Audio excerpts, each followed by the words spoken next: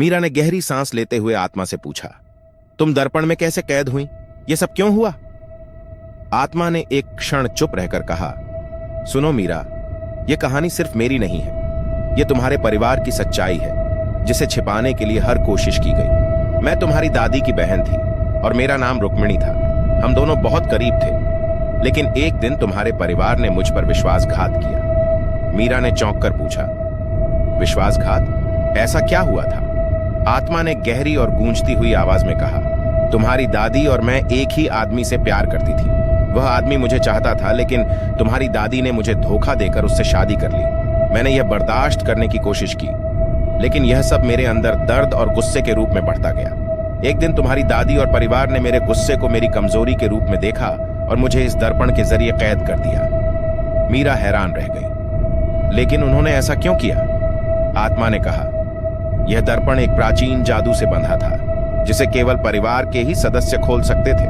उन्होंने मुझे दर्पण में बंद कर दिया ताकि मैं किसी को नुकसान न पहुंचा सकूं। मैं तड़पती रही, लेकिन कोई मेरी मदद करने नहीं आया। समय के साथ मेरा गुस्सा और बढ़ता गया। मैं बदला लेना चाहती थी, लेकिन अब मुझे शांति चाहिए। मीरा के रोंगटे खड़े हो गए। उसने पुजारी की ओर देखा। पुजारी ने कहा, यह गहरी साजिश और दर्द का नतीजा है। तुम्हारे परिवार ने जो किया उसका प्रायश्चित करना होगा, और वह प्रायश्चित केवल तुम कर सकती हो मीरा। यह आत्मा को मुक्त करने का एकमात्र तरीका है। अंतिम अनुष्ठान और प्रायश्चित। पुजारी ने मीरा से कहा, तुम्हें इस आत्मा से माफी मांगनी होगी और परिवार की तरफ से उसका दर्द स्वीकार करना होगा, लेकिन यह आसान नहीं होगा। आत्मा तुम्हारी हर कमजोरी को परखने की कोशिश करेगी। अगर तुमने डर दिखाया तो यह अनुष्ठान असफल हो जाएगा। मीरा ने साहस के साथ जवाब दिया, मैं तैयार हूं, यह सब खत्म होना चाहिए। पुजारी ने चक्र बनाया और दर्पण के टूटे हुए टुकड़ों को उसमें रखा। जैसे ही मंत्र शुरू हुए, आत्मा का रूप और डरावना हो गया। उसने चीखते हुए कहा, मीरा, तुम्हारे परिवार ने मेरा जीवन बर्बाद किया। तुम भी अब मेरी सजा से नहीं बचोगी। मीरा ने कांपते हुए कहा, रुक्मिणी, मुझे माफ कर दो। मैं जानती हूं कि तुम्हारे साथ बहुत गलत हुआ, लेकिन मैं यह सब ठीक करना चाहती हूं। मुझे बताओ, तुम्हें कैसे शांति मिलेगी? आत्मा की चीखें धीमी हो गईं। उसने कहा, तुमने मेरी कहानी सुनी।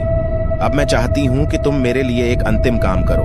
मेरे नाम की इस सच्चाई को अपने परिवार और दुनिया के सामने लाओ। यह सच छिपा नहीं रहना चाहिए, तभी मुझे शांति मिलेगी। मीरा ने वादा किया, मैं यह करूंगी। तुम्हारा नाम, तुम्हारी सच्चाई अब छिपी नहीं रहेगी। आत्मा ने एक पल चुप रहकर कहा, तुमने जो वादा किया है उसे निभाना। अब मैं जा रही हूं। जैसे ही पुजारी ने अंतिम मंत्र पढ़ा, आत्मा सफेद रोशनी में बदल गई और दर्पण के टुकड़े राख में बदल गए। कमरे में शांति छा गई। अंतिम सच्चाई। मीरा ने अपने परिवार और समाज के सामने रुक्मिणी की कहानी को प्रकट किया।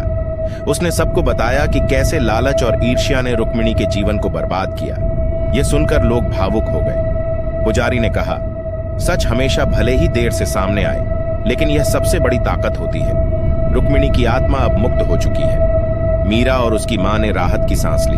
अंतिम संदेश मीरा ने अपनी डायरी में लिखा, यह कहानी मुझे एक सीख देती है कि दर्द और गुस्सा कभी भी किसी की आत्मा को कैद कर सकते हैं, लेकिन माफी और सच्चाई हर कैद को तोड़ सकती है।